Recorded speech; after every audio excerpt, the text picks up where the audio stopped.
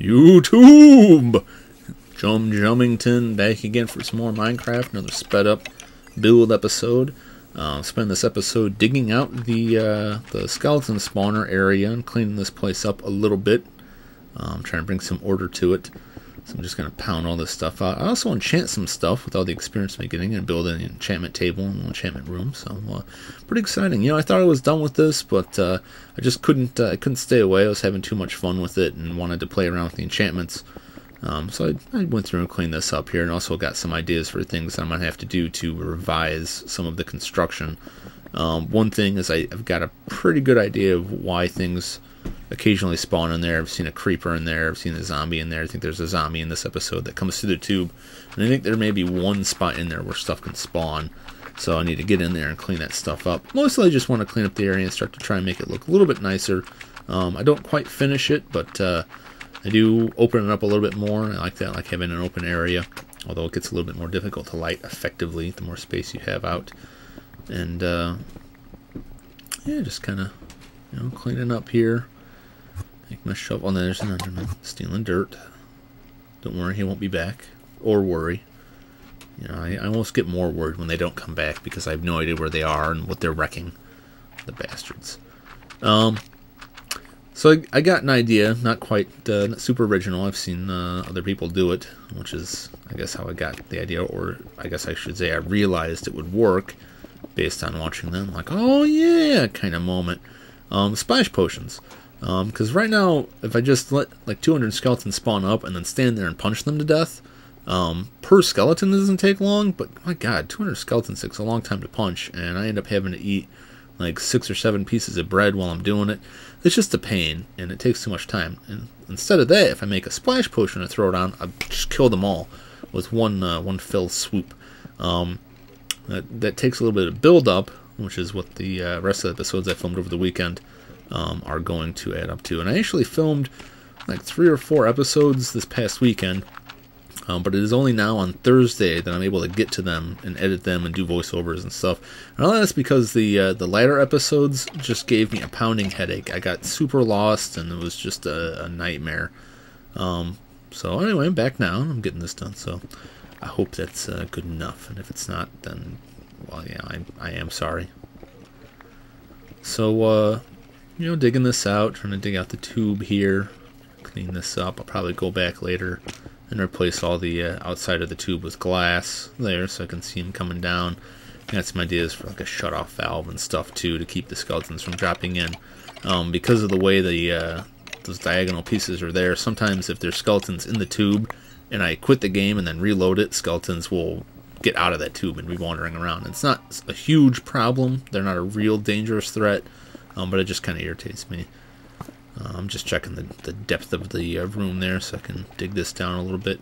Kind of like having that that water there. I end up leaving it pretty much intact. I think I'm having like a little fountain there. I'm also making a enchanting room here in a minute. So if I want to do potions, getting back to that, I need to get several things that I don't have, and they were all pain in the ass to get. First off, I need a blaze rod. You get those from the blaze. And you need that to make the potion stand, which is a blaze rod and 3, I think, just cobblestone or stone pieces. And you get those in the nether, which means I needed to make another portal and wander around in the hellish meat block realm, looking for another fortress where the blaze spawn in, and that ended up being pretty terrible. So I need to get that. And then I need to get watermelons. And originally I thought, you know, I guess I wasn't really thinking that a poison potion would do the trick, but they're skeletons, so poison doesn't do anything to them, but a healing potion will do damage. So I need watermelon for that. And the only place I'm going to find watermelon seeds is in an abandoned mine shaft, which are like pre-generated structures that appear underground.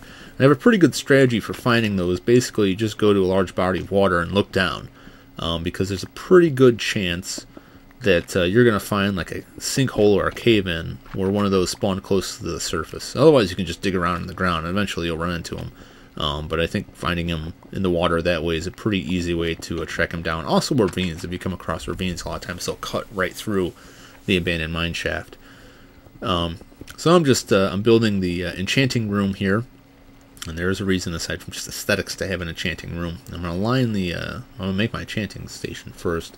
Just 4 obsidian, 2 diamonds, and a book. And there's the enchanting table.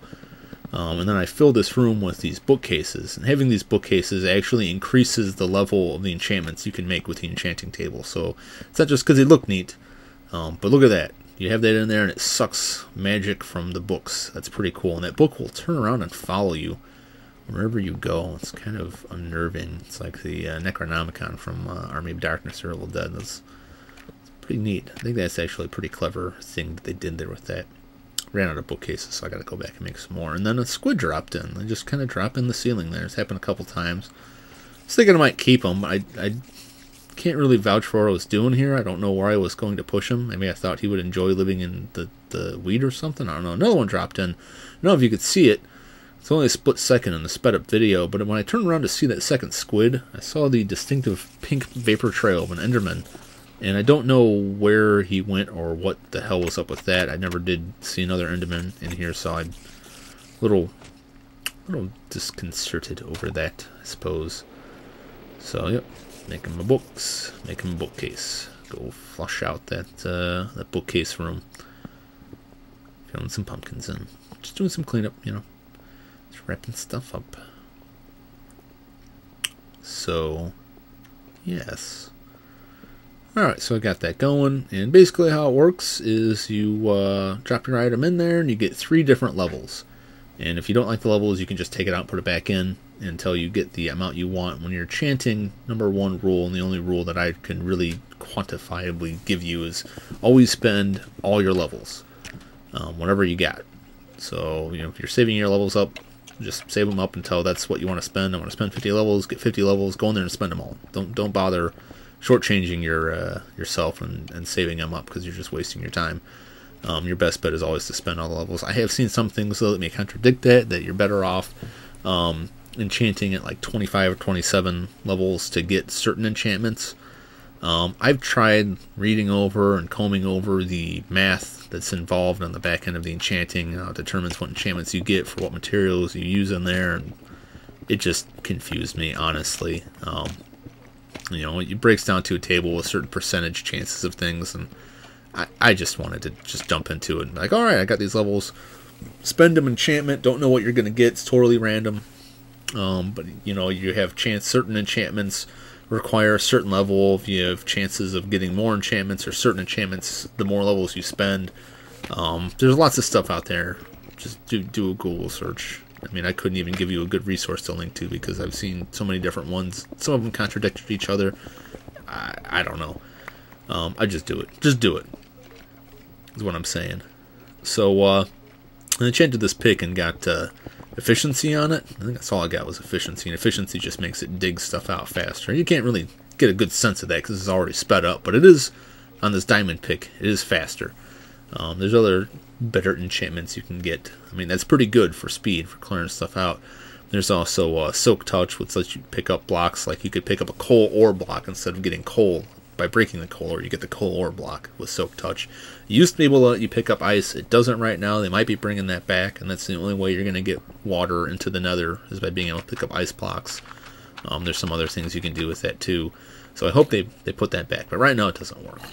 And then there's Fortune, and Fortune increases the amount of drops you get when you break ores. So if I break a coal ore, I might get, you know, 2 to 4 pieces of coal instead of 1, and that's the best. That's the one I want. I do get that eventually, but not today, unfortunately. Also, some snapshots, some updates came out. Snapshots are kind of like pre-releases. I don't know if you're unfamiliar. One of them they added. They're like making improvements to the AI, so that things have better pathfinding. Skeleton zombies try to avoid the sun when the sun comes up in the morning. The latest snapshot makes it so that zombies can break doors down, but only in hard mode or hardcore, which I think is pretty cool. And actually, they will break in doors in villages and attack villagers. And that's hilarious to me.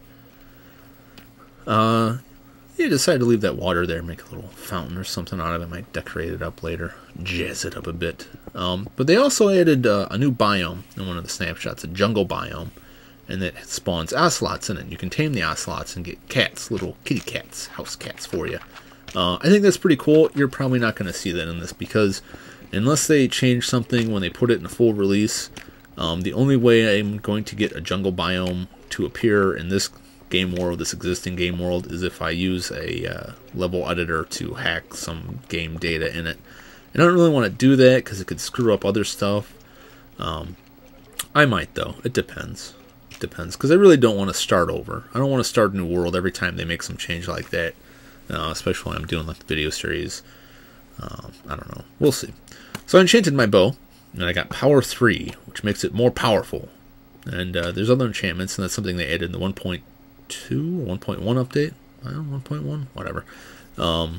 They added the ability to enchant bows, and you can give it knockback, make stuff set on fire, or this power enchantment. And what this one gives me is I can kill stuff with 2 shots instead of 3 or 4 shots. So I'm testing out some creepers here. Tried to get real snazzy with this one, and I just missed, and he exploded in my face and put a nice little crater there like a jerk. But overall, I'm pretty pleased with it. You know, it's a lot more powerful. Of course, now bows have limited lifetime. They break down like any other tool. They didn't for the longest time. Bows have changed a lot since their inclusion in the game. They used to just be able to rapid shot them. Now you have to hold it down to actually draw the bow to get more power. They break down, and now you can enchant them. I think they should have been able to enchant them from the beginning. Thought that was kind of an oversight, but you can now, so they've made up for it. And that's fines. So the food. Yes, forgot about this part. So I was getting worried about the food because I was starting to think that I needed to find a more efficient food supply because wheat was taking a while to grow. Until I realized that, of course, I have an unlimited supply of bones, which means an unlimited supply of bone meal, so I can just plant this wheat and then use bone meal to make it grow completely instantly, and then dig it all up and plant it again, so I can just sit here and quick grow stacks and stacks of wheat. So that's nice. I actually have so many bones and arrows now that I have to throw them into lava because I don't have room to store them, and I don't need them all, so I just throw them away. I enchanted a sword too. This is sharpness something and flame something. I don't know if those are accurate names. Basically, it does more damage and sets things on fire. I actually got an achievement for killing the Enderman because I did like 20 plus hearts of damage in one hit.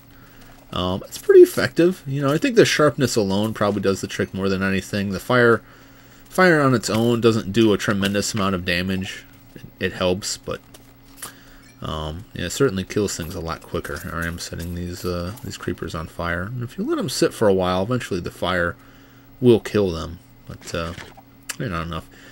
One downside to having sharpness on a sword that sets things on fire, that if I didn't have the sharpness, which is just a damage enhancement to it, I could go attack chickens or cows or pigs with it, and they would die from the fire, and then their meat would drop cooked. I'll almost get killed by these skeletons.